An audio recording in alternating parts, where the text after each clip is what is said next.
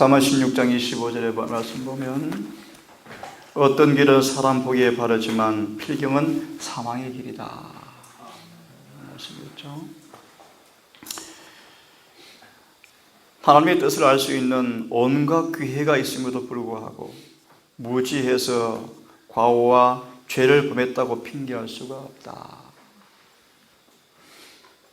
어떤 사람이 길을 갈 때 여러 갈림길이 있는 곳에 이르자 그 길은 각각 어디로 가는 길인지 표시해 놓은 안내판이 서 있다.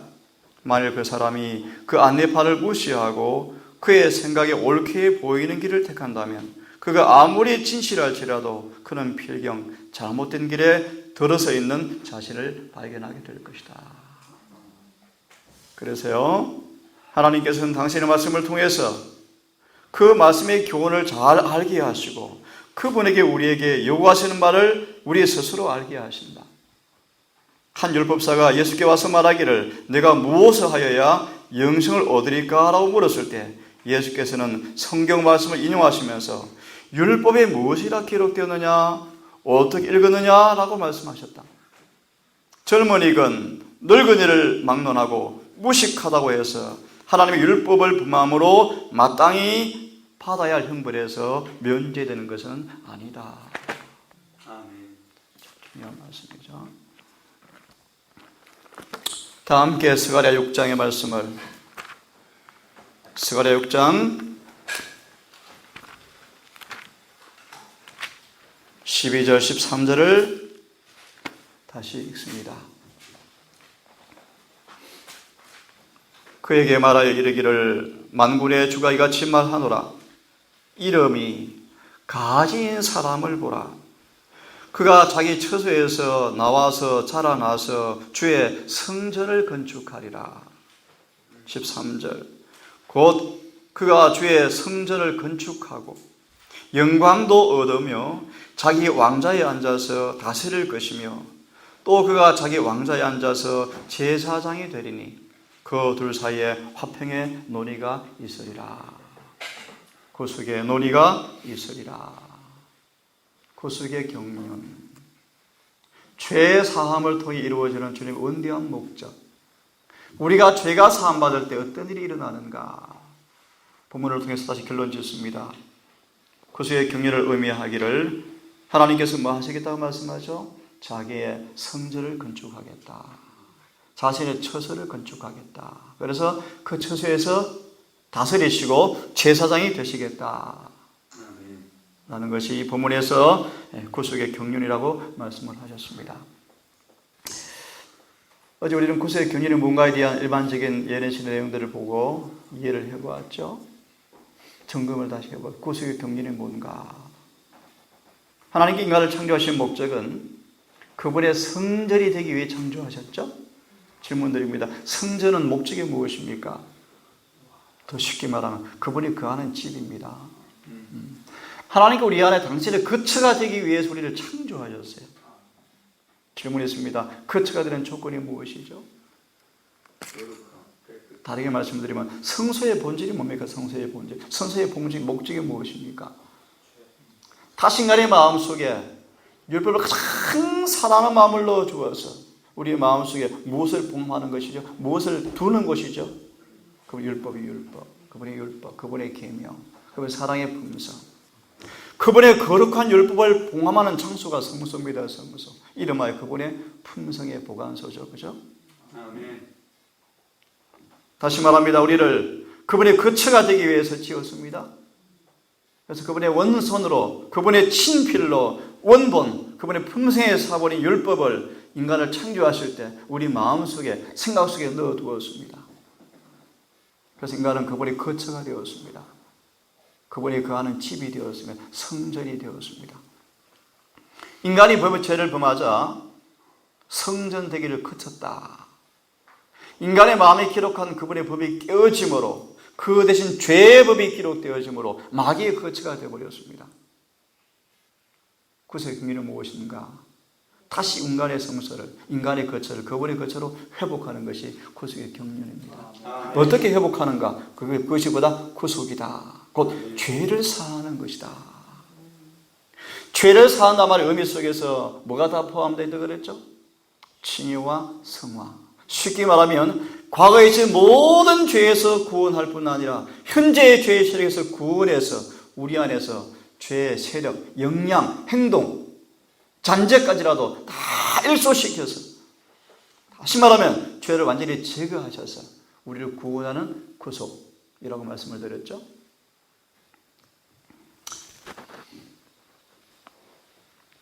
한 말씀 다시 기억납니다. 구수의 경륜은 큰 가능성이 있다. 다르게 묘사하면 구수의 경륜은 그 안에 엄청량할 수 없는 부유함이 들어있습니다. 아멘. 무슨 말인가? 마귀의 거처가 되었던 막달라 마리아까지라도 거룩한 신의 성품에 참여자가 되었다. 아멘. 그렇죠? 이것이 뭐다? 구속의 경륜이다. 구세의 경륜은 누구라도 예수님을 영접하면, 예수를 안에 영접하면 누구든지 큰 가능성이 있다. 아멘. 그것이 값진 누룩과 같다는 말씀처럼, 아무리 저속하고 아무리 부패하고 아무리 타락한 사람일지라도 예수 안에 있으면 다 뭐 된다는 것입니까? 변화되어진다. 아멘. 성전이 되어진다, 그런 뜻입니다. 어떻게 해요? 본문을 좀 봅니다. 이름이 가지인 사람을 보라. 가지란 말의 의미를 이렇게 이해하십시오. 예수님은 우리와 같은 타락한 육신의 혈통을 받고 태어났다, 그런 뜻입니다. 내가 다윗의 집에서 의로운 가지를 일으키겠다, 쉽게 말하면 다윗의 뿌리를 통해서 오겠다, 그런 뜻입니다. 다시 말합니다. 예수님은 이름이 가지다. 가지가 무슨 뜻인가? 우리와 같은 똑같은 유전 법칙을 받고 태어난, 혈과 육을 받고 태어난 그런 분이셨다, 그런 뜻입니다. 새로운 가지가 아니에요. 천주교처럼 무염시태설, 죄 없는, 죄의 영향이 없는, 죄에 감염되지 않는 마리아 뱃속이 아닙니다. 우리와 동일한 성적, 우리와 동일한 성적을 가지시고, 우리와 동일한 타락한 본성을 가지시고, 우리가 태어나는 동일한 방법으로 인간의 유전 법칙을 다 지배를 받고 태어나셔서 사셔서 자라나셔서 성전을 지었다. 그런 의미가 가지이다. 가지란 말을 개역 성경과 또 다른 성경은 그렇게 묘사하고 있죠. 이름을 순이다. 영한 순 같고, 우리 모판에 벽체를 뿌리고 그걸 다 덮어놓으면 신기하잖아요. 뭐가 착 올라오면서 흙 전체를 다 지붕처럼 더 올려놓았잖아요. 실물경 보십시오. 이것이 바로 복음의 능력이다. 그 흔한 순이, 그렇게 부드러운 순이 땅을 갈라뜨리고 올라오는 것이 뭐다? 복음의 능력이다. 아멘. 그분은 그렇게 오셨어요. 어제 말씀드린 사단이 예수께서 그런 연한 순으로 가지로 오신다고 그랬을 때 마귀는 뭐였다? 기쁜 날뛰었다. 왜 그랬을까요? 타락 전에 아담도 정복한 마귀가, 타락한 이후에 4,000년간 타락한 인성으로 오시는 예수를 쉽게 이길 수 있다고 그런 생각했죠. 하지만 수는 절대 꺾여지거나 이기지 아니하고, 수는 자라서 곡식이 되었고 열매가 맺어버렸습니다. 아멘. 그 뜻입니다. 다시 어제 말씀을 이해하시기 위해서 한번 들어보시면 좋겠습니다. 그리스도께서 친히 놓으신 기초 위에, 사도들은 하나님의 교회를 세웠다. 예수 그리스도, 이 기초 위에 예수 그리스도. 여러분 얘기 드렸죠? 죄에서 구원하시고 우리를 성령으로 침례주는 분. 이 모든 복음의 기초가 뭐라 그랬습니까? 가지, 인간의 성정을 입고 오신 인성, 우리와 같은 인간이 되신 분. 이것이 기독교, 그죠? 기독교 그런 뜻이죠. 성육신, 이 기초 위에 교회를 세웠다. 성경은 성전 건축을 허리 교회를 세우는 표상으로 사용하고 있다. 우리 교회를 짓는다, 교회를 건축해야 한다. 이 말의 의미를 사람 너무나 망각하고 살아가요. 예내시를 말씀하죠. 이것이 뭐다? 성전을 건축하는 것이다. 교회 건축을 뭐라고 표현한다고요? 성전을 건축하는 것이다. 곧 우리 안에 뭐 하는 거다? 그분의 품성을 건축하는 것, 회복하는 것이다. 스가랴는 그리스도를 통하여 여호와의 성전을 지을 가지라고 언급한다. 다시 말합니다. 예수님이 왜 오셨습니까? 왜 가지로? 왜 인간의 연약한 순처럼 인간의 성정으로 타락한 본성으로 왜 우리와 같은 인간으로 오셨습니까? 성전을 짓기 위해서 오셨다. 왜 그러시는가? 의미를 깊이 이해하셔야 돼요. 다시 한번 들어보십시다. 이스라엘은 그들 자신의 길을 선택하였다. 아까 보았죠. 어떤 길은 사람이 보기에 바르지만 필경은 사마의 길이다. 그죠? 많은 사람들은 구세의 경륜에 대해서 무지하다. 예를 우리에게 적용하겠습니다. 어떻게 품성이 변화되는지 무지하다. 아니 게으르고 나태하고 망각하죠. 저를 비롯해 질문을 드립니다. 일주일 하루를 살아오시면서 매일 그 사실을 한번 기억해보고 살아보셨습니까? 이를 기억하고 주님과 연합한다면 반드시 변화가 일어납니다. 아멘. 근데 다 잊어버리고 살아가요. 어제 한 청년이 또 서재 와서 그래요. 조사심판을 자꾸 잊어버릴 수 있다. 지금 하늘에서 어떤 일이 벌어지고 있죠? 조사심판이에요. 조사심판. 근데 잊어버려요. 자꾸 잊어버려요. 안 그래요? 다시 말합니다. 우리는 지금 평안하게 앉아있지만 기억하세요. 지금 우리는 심판을 받고 있는 백성들이에요. 맞아 안 맞아요? 그러므로 대속죄일에 속죄의 은사를 받을 혜택을 방해하는 모든 것들은 우리 거쳐야 돼요. 예를 들어서 일이 좀 더딜지라도 거치시고 그분과 교제하시는 시간을 가지셔야 돼요. 일이 더딜지라도 정리하고 몸을 건강을 유지하고 절제하고 쉬셔야 돼요. 왜 우리는 오늘밖에 없다 그러죠? 오늘밖에 없어요. 다시 진지하게 말씀을 드립니다. 말씀대로 사는 사람들이 별로 없어요. 말씀대로. 다 자기 고집대로 살아요. 고집대로. 그죠? 말씀대로 사셔야 돼요. 말씀대로. 지금 대예요. 그럼 그 말씀대로 사셔야 돼요. 그래서 우리 시고생활 하는 것입니다. 하지만 이스라엘은 그들 자신의 길을 선택하였다. 그럼 필경은 뭐다? 사마의 길이다. 그들은 모형대로 건축하지 않았다. 이스라엘의 멸망의 원인을 잘 설명하는 말씀이에요. 그러나 하나님께서 내재하시는 참된 성전이신 그리스도께서는 참 중요한 말씀이죠. 당신의 지상성의 하나하나를 먹고 마시고 입고 말하고 행동하는 모든 것들을 하나님의 이상과 일치되게 형성시키셨다. 아멘. 이것이 참 중요한 진리죠. 이상이 뭐라고 배웠습니까? 어제 나의 하나님이시여 내가 당신의 뜻 향하게 즐기오니 주의 법이 내 심중에 있습니다. 아멘. 나는 아버지께서 하라고 하신 일만 하였습니다. 아무것도 스스로 할 수가 없습니다. 아버지께 보고 들은 것만 말하고 있습니다. 예수님이 성전 건축하는 방법이었어요. 그러므로 우리는 뭘 아셔야 돼요? 법을 알아야 돼요. 법을요.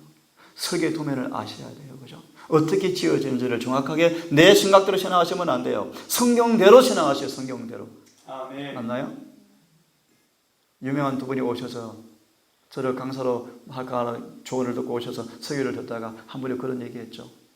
그러면 누가 하늘에 가냐? 그게 자기 생각이에요. 성경 분명히 말씀하셨어요. 어떤 결함도 가지고 있으면 멸망이에요. 어떤 봉사를 많이 했건 어떤 전도를 많이 했건 그 문제가 없어요. 그걸 통해 온전하게 되지 못하시면 영생은 심히 위협받을 것입니다. 왜요? 진리가 그렇게 말씀해요. 진리가요. 아멘. 사람의 생각 멸망이요. 그럼 다시 말합니다. 이 은혜 시간 동안 우리 안에 지나면서 연결시킵니다. 마귀가 들어와 살 수 있는 찢기가 남아있는지, 어떤 찢기가 남아있는지, 곰팡이 필 찢기가 뭐가 있는지, 썩을 소지가 있는 것이 뭐가 들어있는지, 이기심인지, 오래 참지 못한 성질머리인지, 시기 질투가 강한지, 돈을 사랑하는지, 게으른지, 이거 빨리 깨닫고 빨리 버리시고 용서받으셔야 돼요. 아멘. 그래야 마귀가 우리 안에 들어올 틈이 없는 거예요. 맞나요? 이것이 구속사업이에요. 구속사업. 다시 보십시오. 예수님은 당신의 시장성의 하나하나를 다시 강조합니다. 그러므로 뭘 연구하셔야 돼요? 진리를 연구하셔야 돼요. 아멘. 율법을 연구하셔야 돼요. 내 생각이 아니에요. 내 경험이 아니에요. 진리대로 율법과 증거 일치되게 사시기 위해서는 율법과 증거를 깊이 연구하셔야 돼요. 부지런히 연구하셔야 돼요. 하나님의 이상과 일치되게 형성시키셨다. 마치 모세가 성소를 지을 때 하늘에 보이는 식양대로 지은 것처럼 하나도 자신의 계획대로 지은 것이 없죠. 하나도. 나의 하나님이시여, 내가 주의 뜻 행하기 즐겨오니 주의 법이 내 심중에 있나이다. 우리의 품성도 그처럼 성령 안에서 하나님의 거하실 처소가 되기 위해서 지어져야 한다. 너무나 분명하죠. 구속의 경륜의 본질이에요. 본질. 오늘 많은 분들이 예수를 소개하면서 구원이 무엇인지를 잘 모르요. 구원이 뭔지를 모르잖아요. 다 구원받았습니다. 이미 구원받았어요. 이미 이루어진 구원입니다. 사랑이 구원을 다 이루어 놓았습니다. 그런 값싼 싸구리 말들로 장난을 치죠. 구원은 여러분 속에 그분의 처소가 되는 것이 구원이에요. 구원. 이 일이 마감되었다. 여러 번 얘기 들었죠. 오늘 집 얘기니까요. 하늘의 조사심판을 이렇게 표현했죠. 준공검사 내리는 거다. 그죠? 석의 도면대로 지었는지, 도면대로 일치되었는지, 그 도면이 뭡니까? 예수님의 품성과 십계명이요. 십계명. 그죠? 정확하잖아요. 하지만 그들의 받은 빛의 분량에 따라서, 그죠? 예수를 아는 지식에 따라서 그렇게 지어졌는가? 그분이 심판하실 거예요. 많이 받은 자에게 많은 걸 요구할 것이고 적게 받은 자는 적게 요구할 것입니다. 하지만 다 받은 대로 행한 사람들일 것입니다. 아멘. 모든 것을 본을 쫓아 지어야 하는데, 그래서 어제도 그런 강한 말씀이 생각이 들었습니다. 우리 인생의 과업이 뭐라고요? 의를 얻는 것이다. 그죠? 아멘. 인생의 목적이 뭐라고요? 의를 얻는 것이다. 다시 말하면 예수님 닮는 것이다. 아멘. 인생의 추수는 뭐라고 들었습니까? 품성이다. 명예, 평판, 돈, 빌딩 아무것도 아니에요. 오직 품성밖에 인간의 추수가 없다. 창세기를 제가 그저께 다 읽으면서 몇 번 울었습니다. 아브라함 아들이 누구죠? 이삭. 그 다음요? 야곱. 에서 야곱, 쭉쭉쭉 요셉. 다 죽었더라. 이런 진토의 부가 우리를 하나님 얼마나 사랑하시는지. 요셉의 생애를 보면 하나님은 사랑하는 자, 택함을 입은 자들에게 모든 것이 협력하여 선을 이루시는 분이시구나. 아멘. 인간이 진토입니다. 진토. 늙어 죽습니다. 그죠? 울어도 살아나지 않습니다. 요셉이 7일을 아버지를 때문에 울었더라. 하지만 살아나지 못합니다. 하지만 소망 있는 까닭은 그들이 죽기 전 그 예수를 믿음으로 모든 협력할 선을 이룬 거룩한 생애를 산 사람들이 비록 진토에 묻혀서 벌레의 밥이 되었지라도 로마서 말씀처럼 그가 살아선 것처럼 우리를 살리시는 복음이 있기 때문에 그들 위로받을 수 있기 때문인 것을 우리가 믿습니다. 아멘. 우리 모든 것을 본을 쫓아야져야 하는데, 다시 말합니다. 예수님을 똑바로 아셔야 돼요. 그렇죠? 그 본을 항상 앞에 두셔야 돼요. 어떻게 사셨는지, 어떻게 생애하셨는지. 무죄는 변명될 수 없습니다. 미안합니다. 늙은 이건, 젊은 이건, 막론하고 핑계는 있을 수가 없다. 없을 수가 없다. 성전은 지어져야 합니다. 아멘. 그 본을 너희를 위해서 고난을 받아서 너희에게 본을 끼쳐서 그 자체를 따라오게 하신 바로 그분이시다. 이분이 이름이 가지이시다. 그죠? 가지이다. 그분이 자기 처소에서 자라나셔서 성전을 지어오셨다. 보라, 순이다. 순이다. 의로운 가지다. 의로운 가지다. 주 앞에 자라나기 연한 순 같고, 하지만 이 순이 한 번도 다치지 않고 상하지 않고, 그죠? 장성하게 자라버려서 오늘 우리에게 영원한 복음의 구원의 권원이 되었다는 사실 얼마나 감사합니까? 아멘. 예를 들어 빌라도, 안나스, 가야바, 헤롯 7번 심판을 받으면서 그렇게 수 없는 인간의 은으로 묘사할 수 없는 큰 가혹한 장면을 연출되었지만 예수님은 한 번도 범죄하지 않고 승리하셨습니다. 그 말의 의미가 연한 순같이 자라나서 성전이 지어졌다. 의로운 품성을 이루어 놓았다. 그런 뜻입니다. 그 말의 의미는 이렇게 우리 시사하고 있죠. 누구도 핑계할 수 없다. 누구도. 예수님만큼 시험 당할 사람 아무도 없어요. 아멘. 어떤 예수님? 우리와 같은 성정 가진 예수님, 우리와 같은 유전 법칙을 받고 태어나신 예수님. 그런 예수님의 당한 시험을 우리가 바라볼 때 어떤 사람도 변명할, 핑계할 필요가 없는 까닭. 아멘. 그분 안에 은혜가 너무나 부유하다. 측량할 수가 없다. 누구든지 이 은혜의 부유함을 접근하면 예수님 당한 시험을 누가 당하겠습니까? 다른 말로 은혜가 뭐하다? 시험이 뭐하다? 은혜보다 경하다. 경하다. 가볍다. 어제 보았습니까? 내 짐은 쉽고 가벼움이라. 그 짐이 뭐요? 짐이 멍이가 뭐요? 계명을 지키는 거요. 계명을 지키는 것은 뭐다? 쉽고 가볍다. 아멘. 그것이 은혜입니다. 은혜. 자, 어제 보았죠. 내 앞의 동료들은 미리 말합니다. 본을 쫓아서 이 순 가지 본을 쫓아서 예수님처럼 성전이 지어진 사람들, 그들은 놀랍게 여겨지는 사람들이라. 그래서 지성소에 두 그룹 천사가 날개를 발을 가리고 두 날개를 얼굴을 가리고 두 날개를 날면서, 날개가 몇 개죠? 6개요. 뭘 바라보고 있다고요? 속죄소. 그건 뭘 의미한다고요? 우리 안에 이루어지는 이 구속의 경륜의 현장, 인간의 마음에서 벌어지는 구속의 경륜의 현장, 어떻게 의롭게 되는지, 의롭게 된 자가 어떤 사람인지, 어떤 변화가 일어나는지, 하나님께서 어떻게 의로우신지, 죄인도 어떻게 의롭게 되는지, 그 사실을 바라보는 기이한 관심의 표현을 속죄소에 있는 두 그룹 천사를 통해서 보여주고 있다고 말씀을 하고 있어요. 다시 말합니다. 온 하늘 우리를 지금 바라보고 있어요.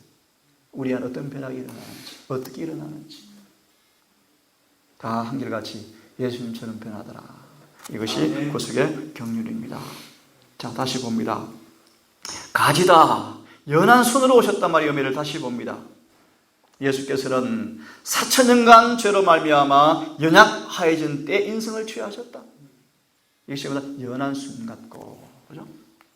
사단이 지나간 역사 속에서 다 승리했잖아요. 지구 거의 거민들을 한 사람도 빠지지 않고 다 죄에 넘어뜨렸잖아요.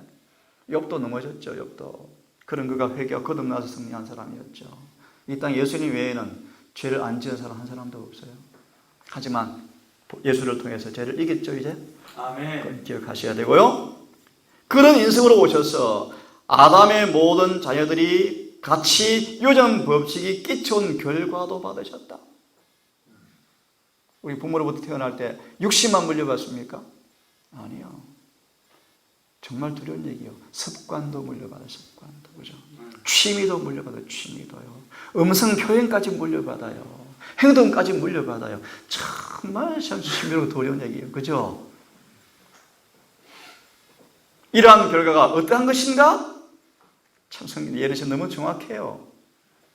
예수의 육신의 조상들을 역사 가운데 드러나 있다. 다시 말하면 그 육신의 조상들과 같은 유전 법칙을 가지고 태어났다. 예수님도. 그는 이러한 유전을 지니시고 우리의 슬픔과 시험을 당하시고 우리에게 죄 없는 생의 복원을 주시기 위해서 오셨다. 이게 뭐다? 구속의 경륜의 성전 건축자인 가진 모습, 연한 순 같고 라는 모습을 설명하는 것입니다. 어제까지 말씀 요약해 드렸습니다. 유전과 수여로 우리의 세상죄를 짊어지게 되었습니다. 그리고 이와 같이 짐을 지신 그분이 이러한 말할 수 없는 불리한 입장에 있으면서도 도대체 아무 불리한 그림자도 없이 처음 부부가 실패한 그 입장을 성공적으로 통과하셨습니다. 아멘. 쉽게 말하면 전혀 불리한 입장이 없었던 타락 전에 아담과 하와도 타락했지만 예수님은 어떤 모습으로? 말할 수 없는 불리한 입장을 가지고 있으면서 타락 전에 아담이 아니고 타락 후에 아담도 아니고 4,000년이나 타락해버린 인생을 가지고 그런 입장에 오셨어도 타락 전에 아담이 하지 못한 일을 뭐 하셨다? 성공적으로 통과하셨다. 아멘. 이게 눈에 자꾸 들어올까? 눈에 괴롭혀요. 그래서 어떻게 하셨는가? 육신 안에 있는 죄를 정죄하심으로 이 죄가 뭐요? 타락한 죄된 여자. 율법과 거슬리고자 하는 유전 법칙의 성향들을 가리켜요. 다시 예수님도 육신적으로는 율법과 강하게 뭐 하고 싶었어요? 쉽게 말합니다. 자아를 방어하고 싶고 자존심을 씌우고 싶고 성질이 돋구지면 성질나는 시험을 받았고, 맞나요? 네. 서운하면 동정을 얻고 싶었고, 그분도 그런 유혹을 받았어요. 하지만 그런 육신 안에 있는 어떤 자아, 율법과 원수되는 정신을 정죄하셨다. 좀 어려운 표현이죠? 이기셨다. 폐기 처분하셨다. 쉽게 말하면 그런 육신의, 아무리 강한 육신의 본성, 사단과 짝짝이 하는, 사단과 응하려고 하는 그런 모든 정신의 그 죄를 한 번도 범하지 않고 그런 육신 가운데서 이기셨다. 아멘. 그런 뜻입니다. 그래서 놀라운 말씀이죠. 그분은 유전 법칙의 권세에서까지 우리를 구원하셨습니다. 아멘. 이것이 뭐다? 가시로 오셨다. 연한 순으로 왔다. 그런 뜻입니다. 그럼 누구든지 희망이 있습니까? 아멘. 그리하여 그분은 당신을 받아들이는 모든 영혼에게 의로 당신의 신의 성품과 능력을 주시어서 율법 위로 들어 올리시고 율법 위에 있도록 유지하시고 율법 위에 보존하실 수가 있으십니다. 한마디로 말합니다. 한마디로 율법 아래 있는 사람들을 속량하셔서 율법과 뭐 되게 하신다는 것입니까? 하나가 되게 하나가 된다. 그러기 위해서 그분이 어떻게 오셨다? 연한 순으로 가지러 오셨다. 또 한번 들어보실래요? 참 이런 표현들이 참 멋집니다. 그리스도들은 죄의 문제를 죄가 존재했던 곳에서 해결하도록 보내심을 받았는데 이 죄의 권세들이 침범하였던 그 영역으로 들어간다. 좀 어려운 표현이죠. 우리 인간의 본성을 가졌다 그런 뜻입니다. 그리고 그분은 적진을 습격함으로 정복하셨다. 참 아주 표현이 아주 멋집니다. 그죠? 188인 기별절의 설교입니다. 그분은 악의 권세들에 의하여 기습을 받았던 타락한 인간성을 취하였으므로 원수의 점령지에서 그분은 우리를 위해서 승리를 얻으셨다. 아멘. 율법 아래 있게 된다. 넘어갑시다. 세상의 요소들 우리처럼 그분의 의지가 투정을 하셨고 우리가 실패한 곳에서 승리를 하셨다. 그분은 우리의 육신의 죽음으로 우리를 화목하게 하셨고 정사와 권세를 해체시키셨고 당신 안에서 그것들을 이기는 저들의 공적인 모본을 세워 놓으셨다. 아멘. 그래서 예수께서 우리의 뭡니까? 소망이시다. 시대의 소망이시다. 누구든지 죄의 짐에 눌린 사람들을 예수를 바라볼 때 뭐가 있다는 것입니까? 희망이 있다. 아멘. 아무리 악한 경향, 악한 본성, 악한 습성일지라도 이길 수 있는 모든 준비를 해 놓으셨다. 아멘. 이 말씀 같이 한번 읽어보십시다. 이와 같은, 자 시작.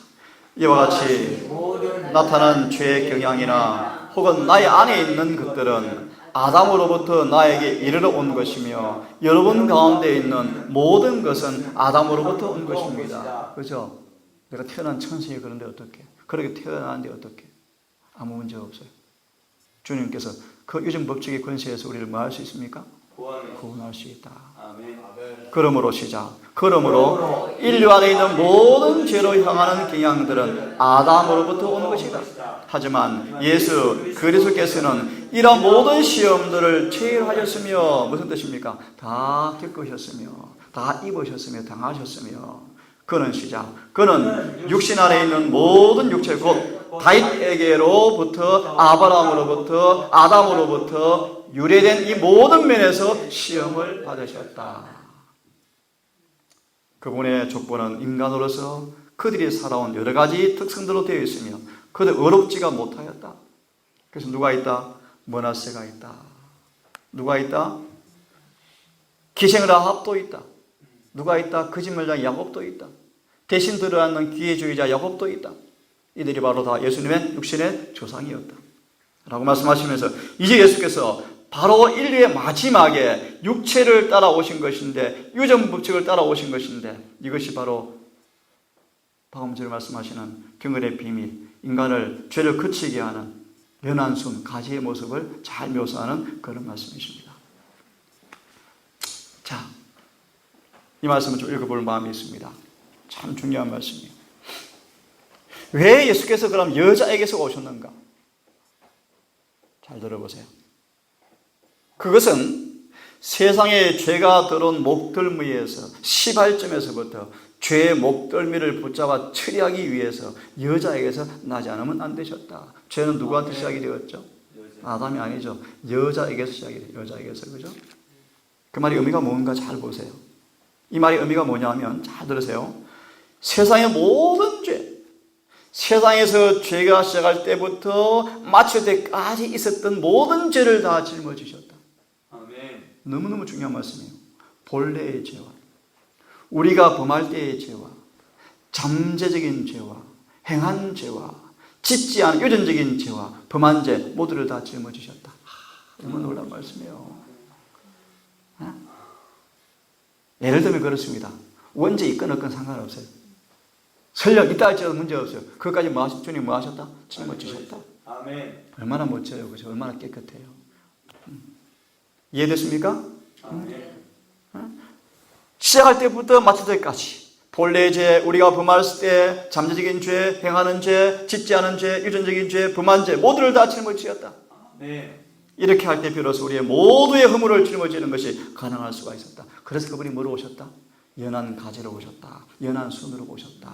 그런 뜻. 아멘. 이는 우리에게 우리가 거듭날 때 우리가 성령을 통해 다시 한번 태어난다면 예수님처럼 뭐 할 수 있다는 것입니까? 살 수가 있다. 아멘. 유전의 법칙의 지배를 받았을 때에만 죄를 완전하게 처리할 수 있다. 무슨 뜻인지 아시겠죠? 사단이 예수께서 우리가 겪지 않은 시험을 겪는다면 또 예수께서 겪지 않은 시험 우리가 겪는다면 사단은 뭐라고 참소한다고요? 당신은 구속주가 될 수가 없어요. 그래서 구속주란 말의 의미가 뭔가? 인간의 혈과 육을 참여했다 뜻이에요. 아멘. 그게 구속주란 뜻이에요. 구속주. 인간의 본성에 참여했다 뜻이에요. 이것이 어디 나와 있어요? 룻기. 기업 물을 자. 기업 물을 자. 다시 말하면 누가 아버지 재산 물려받아요? 장자죠, 장자. 왜 장자가 물려받아요? 아버지 혈과 피를 받았으니까요. 그것이 기업 물을 자 뜻이에요. 다른 말로 구속주 뜻이에요. 구속주. 예수님은 우리의 구속주예요. 구속주. 우리와 같은 요즘 법칙의 지배를 받고 태어나셨다. 그래서 우리를 뭐 할 수 있다? 기업 물을 자가 되었다. 마귀한테 빚을 대신 갚아주고 우리를 살 수 있는 조건이 있다. 그런 뜻입니다. 아멘. 그것이 대제사장이라 뜻입니다. 참고로 이해를 시켜드립니다. 그래서 이걸 마귀가 잘 알아. 마귀가 너무 잘 알아요. 다시 말합니다. 우리의 대제사장은 우리의 구속주가 되기 위해서는 인간의 혈과 피를, 인간의 그 유전 법칙의 지배를 받아야만 돼요. 마귀가 잘 알아요. 잘 알아서 천주교를 세워놓고 예수님은 그런 유전 법칙의 지배에서 고리가 끊어져서 초자연적으로 태어나신 분. 그래서 우리 뭐가 될 수 없어요. 구속주. 그래서 누구를 세운 거예요? 인간의 피와 혈이 같은 인간 신부를 대신 세워놓은 거예요. 이게 천주교, 천주교. 그래서 어떻게 만들었는가? 사람을 타락하게 만들었어요. 예를 듭시다. 지난번 장을 가니까 농협마트에서 신부 소녀가 포도주를 사고 있어요. 포도주. 술 먹으려고. 들어보셨죠? 천주교는 미사 드리면 지하실 가서 뭐 한대요? 신부하고 소녀 같이 뭐 한대요? 술 먹는데요. 무슨 말인가 잘 들으세요. 우리가 똑같은 죄가 있는 타락한 신부를 세워놓고 예배를 드리니까 그들도 그것처럼 닮아요? 닮죠. 로마 천주교예요. 로마 천주교. 사람들이 죄에 떠날 생각이 전혀 없죠. 신부가 그런 사람이. 예수님 어떤 분이요? 우리 구속주가 아니에요. 무슨 말인지 알겠어요? 무슨 뜻인지? 그래서 성경은 사단을 로마 천주교를 뭐라고 얘기하고 있죠? 불법의 신비다. 죄의 사람이다. 사람들을 그렇게 속이는 교회가 로마 천주교의 천주교. 이 관계를 좀 이해하시겠어요? 예수님은 다시 말합니다. 나중에 나와요. 우리의 대제사장의 대제사장. 무슨 뜻이요? 연한 가지다, 순이다. 우리와 같은 성정으로 오셨다. 그죠?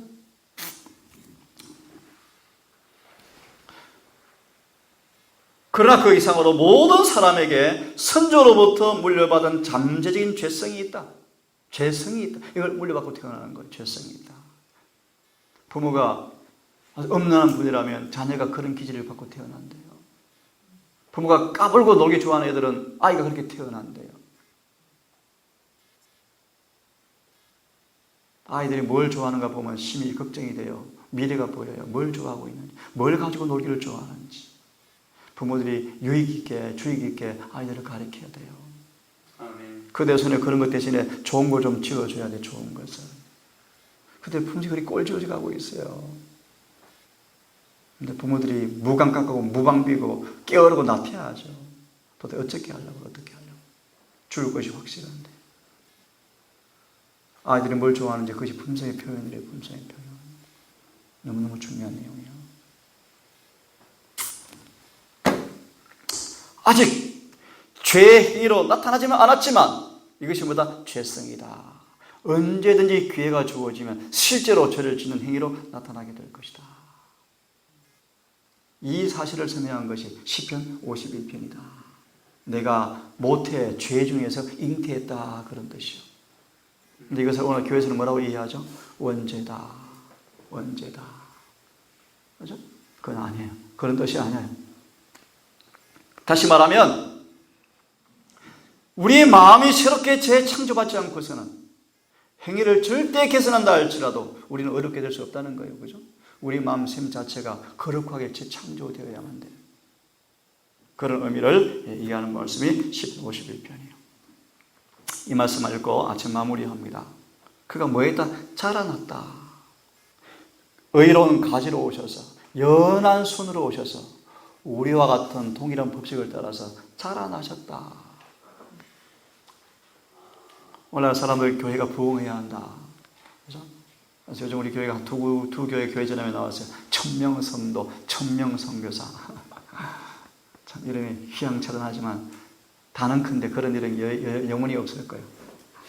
그 주님의 뜻도 아니고 계획도 아니에요. 그렇게 되어지면 마귀가 역사한 것으로 보면 딱 맞아요. 이 교회는 그런 교회가 아니에요. 그러니까 여러분에게 하나님의 교회는 사람의 수로 측정되는 것이 아니다. 뭐다? 누가 경건한가? 누가 진짜 경건한 자? 그것이 교회 하나님께서 보시는 뭐다? 판단 기준이다. 아멘. 저기 말씀 왜 드리는가? 교회의 부흥이 다른 게 아니에요. 이 동산교회가 숫자가 늘어나는 것, 그것이 부흥이 아니에요. 부흥. 그것이 부흥이 아니야. 여러분 속에 한 사람 한 사람이 여호와의 거처로 자라가는 것이 부흥이에요. 아멘. 그게 성경의 부흥이에요. 이 부흥 아닌 것은 뭐다? 거짓 부흥, 거짓 부흥, 거짓 부흥이요. 다음 주 안식일에 다니엘 침례 받습니다. 다음 주 안식일에 엄마 잘 준비시키세요. 침례 많이 받는 게 부흥이 아니에요. 부흥이 아니에요. 내가 뭐 하는 거예요? 여호와의 처소를 건축되어져 가는 것이 부흥이요. 부흥. 그것이 우리가 말하는 부흥이에요. 보세요. 자라나서 주의 성전을 건축했다. 뭐로 오셔서? 연한 손으로 오셔서. 예수는 그 지혜와 그 키가 자라가며 하나님과 사람 앞에서 더 사랑스러워 가시더라. 그분의 품성도 잘하셨더라.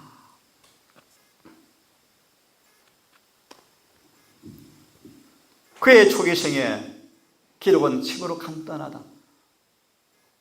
이것도 굉장히 중요한 의미가 있대. 장차 엄마가 될 사람들. 그럴 때가 올지 모르지만 어린 아이들로서 노출시키지 말고 단순하게 조용하게 천연계 속에서 키우래요. 이게 그 교훈을 주고 있어요. 예수님의 생애가 어린 시절의 생애가 거의 기록이 없어요. 그죠?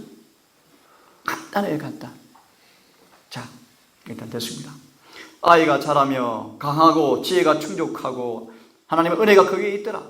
예수께서는 당신의 아버지의 얼굴에 비치는 햇빛 아래서, 참 표현이 멋져요. 햇빛 아래서 지혜와 키가 자라고 사람이 더 사랑스러워 하셨다. 햇빛이 착착 내리죠. 늘 햇빛을 쬐셨대요. 예수님은요.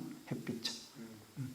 식물도 햇빛에서 자라는 것처럼 햇빛의 아래서 얼굴에 비치는 햇빛이 뭡니까? 햇빛이 뭐예요? 의죠. 의가 뭐예요? 율법이죠. 율법. 늘 그분의 법 안에서 빛 사랑 안에서 거하셨다. 순종하셨다. 그런 뜻이에요. 그는 정신이 민활하고 통찰력이 있었으며 나이에 비하여 생각이 깊고 지혜가 있었다. 왜요? 햇빛 날마다 쬐니까. 누가 사귀어 누구와? 요한일서 말씀처럼 그가 빛 가운데 계신 것처럼 아버지는 빛이요 빛. 예수님은 그가 빛 가운데 계신 것처럼 우리도 빛 가운데 행하면 그 아들 예수와 사귐이 있고 예수님은 늘 아버지 햇빛 아래 있단 말의 의미는 빛 가운데 거하셨다. 아멘. 아버지 말씀대로 순종하셨다. 그분과 사귀셨다. 그래서 뭐예요? 민원하고 통찰력이 있었고 생각이 깊고 지혜가 있었다. 그러면서도 그는 품성에는 균형 잡힌 아름다움이 있었다. 그의 마음과 육체는 아이의 성장 법칙에 따라서 점점 발육하였다. 예수님의 아이였을 때 할머니 같은 일 했어요? 아니요. 아이 수준에서 아이의 성장 법칙에 따라서 마음도 아이 같았어요. 점점 뭐하였다? 자라나셨다. 그 다음 말씀 읽고 기도합시다. 그분은 우리의 인류의 뭐다? 모델이다. 이상이다. 유년과 청년, 장년 시대를 통하여 완전한 모본을 남겨두셨다. 아멘. 이 세상에 오셔서 인간 생활의 여러 다른 국면을 다 거쳐 지나가셨다. 그는 죄를 범하지 않았다는 것만 제외하고는 우리의 모든 그처럼 볼까요? 유년과 청년들처럼 말하였고 행하였고 하지만 그는 죄가 자리 잡을 곳이 없는 분이셨다. 이게 경건의 비밀이죠. 경건의 비밀. 우리가 예수님만 있으면 우리도 그렇게 된대요. 이것이 복음이요. 아멘. 그는 언제나 순결한 하늘의 분위기 가운데 사셨다. 우리 어떤 분위기를 풍기고 있는지 참 중요하죠. 고린도후서 말씀처럼 생명의 향기인지 사망의 향기인지, 그죠? 유년 시절로부터 작년에 이르기까지 한 점의 오점도 없이. 그래서 우리의 소망이요, 이걸 주시겠대요 우리에게. 아멘. 우리 하늘에 가려면 오점 있으면 안 되잖아요. 이 의의 옷을 주시기 위해 예수님께서 이렇게 자라나셨어요. 계속 그리고 온전히 순리하셨다. 그분에 관하여 얘기했죠. 지혜의 키가 자라셨다. 가정이라는 성소에서 그분은 부모로부터 교육을 받았다. 여러분 이해가십니까? 천지를 지은 창조주께서 피조물인 요셉과 마리아한테서 뭘 배웠다? 교육을 받았다. 확신컨대 히브리어를 배우셨어요. 누구한테 배우셨어요? 저절로 배우셨어요? 아니요. 부모한테 배우셨어요. 언어를 배웠어요. 예수님 태어날 때 했을까요? 하셨어요. 참 신비로운. 이해할 수 없는 신비요. 부모로부터 교육을 받았다. 히브리어를 배우고 헬라어를 배우셨어요. 그의 하늘 아버지께로부터 교육도 받았다. 우리도 그럴 수 있죠? 성령을 통해서 지혜를 받을 수 있죠. 나이가 들어감에 따라 하나님은 그분 앞에 있는 큰 사업에 관하여 점점 더 많이 공개하셨다. 한꺼번에 다 알았다고요? 아니요. 예수님은 성경을 정통했다. 성경에 정통하셨대. 어떻게 해요? 성경이 저자이니까 정통하셨어요? 아니요. 우리와 같은 통일한 방법으로 성경을 뭐 하셨다? 연구하셨다. 이것을 그가 알고 있음에도 불구하고 그런 우월감을 조금도 갖지 않으셨다. 이게 바로 의요, 의. 성경 지식이 많을수록 더 겸손해지는 것. 봉사가 더 많을수록 더 겸손해지는 것. 이것이 성경의 법칙이에요. 아멘. 아니면 멸망이 오면 마귀가 하는 거예요. 마귀가 하는 거예요. 그는 무리한 행동으로 그의 부모들에게 고통이나 근심을 끼치는 일이 결코 없었다. 엄마 내가 당신보다 더 많이 아는데요. 예를 들어서 그죠? 그런 일이 없었다. 부모님에게 순종하고 존경하는 것을 기쁨으로 삼았다. 누가요? 지금 뭐 얘기하는 거예요? 연한 순같이 자기 처소에서 오셔서 자라나셨다. 그죠? 그는 그의 크신 사명을 모르는 바가 아니었지만 부모님의 소망을 참작하였고 그들의 권위에 순복하였다. 아멘. 그리스도는 천군들의 살인관이셨지만 이 때문에 노동을 하지 않고 부모들로 하여금 그를 부양하도록 하지 않으셨다. 놀고 먹지 않았다. 뭐 하셨다? 어릴 때부터 손으로 일하는 법을 배우셨고 그에게 부여된 매일의 의무를 신실히 감당함으로써 가족을 부양하는 그 일에 기여하였다. 아멘. 어린아이일지라도 가사일을 돕게 훈련시키는 것이 지혜로운 엄마들이요. 아멘. 아니면 무식하고 무지한 엄마들이요. 아이들이니까 아니에요. 아이들 망치고 멸망시키는 거예요. 멸망시키는 거. 그런 아이들 일 시켜보면 알아요. 대충대충하고 건성으로 해요. 잘 안 해요. 교회 청소시켜보도 알아요. 딱 표가 나요. 표가 나요. 자기 일처럼 하지 않아요. 딱 표가 나요. 그리스도는 가족의 빛이요 기쁨이었다. 여기까지 합시다. 아멘. 오늘 주제가 뭔지 아시죠? 예수님 뭐 하셨다? 자라나셨다. 연한 순같이 마른 땅에서 태어나셨다. 마른 땅에 사단이 그친 광야에서 바짝 말라버린 광야에서 예수님은 엊그제 누가 한나가 써놨더라. 종려나무, 백향모. 세상에 뿌리가 뭐 수킬로미터 가는 나무도 있다면 수킬로미터 뿌리가 뭘 찾아서 기가 막힌 거예요. 마른 땅에서. 우리가 마른 땅에 살고 있습니다. 예수께 뿌리를 내리지 아니하면 말라 죽습니다. 살아있다고 끝은 번들어지면 말라 죽어요. 언제 오면 알아요? 시험이 오면 알아요. 시험이. 공력이 나타날 때 알아요. 말라 죽은 사람인지 살아있는 사람인지. 그죠? 기도합시다. 하늘에 계신 아버지, 이 안식일 아침 고세의 경륜에 관한 한 장면을 우리 공부해 보면서 우리 주님께서 오셔서 선한 순으로 오셔서 가지러 오셔서 자라나신 모습을 우리가 보았습니다. 오늘도 우리가 그런 모습을 따라서 오늘 우리가 자라나기를 원합니다. 아멘. 걸어갈 식양에 따라서 하나님 성령의 인도를 따라서 지어지는 하루가 되게 해 주시옵소서. 아멘. 예수님 이름 의지하여 기도 올리옵나이다. 아멘.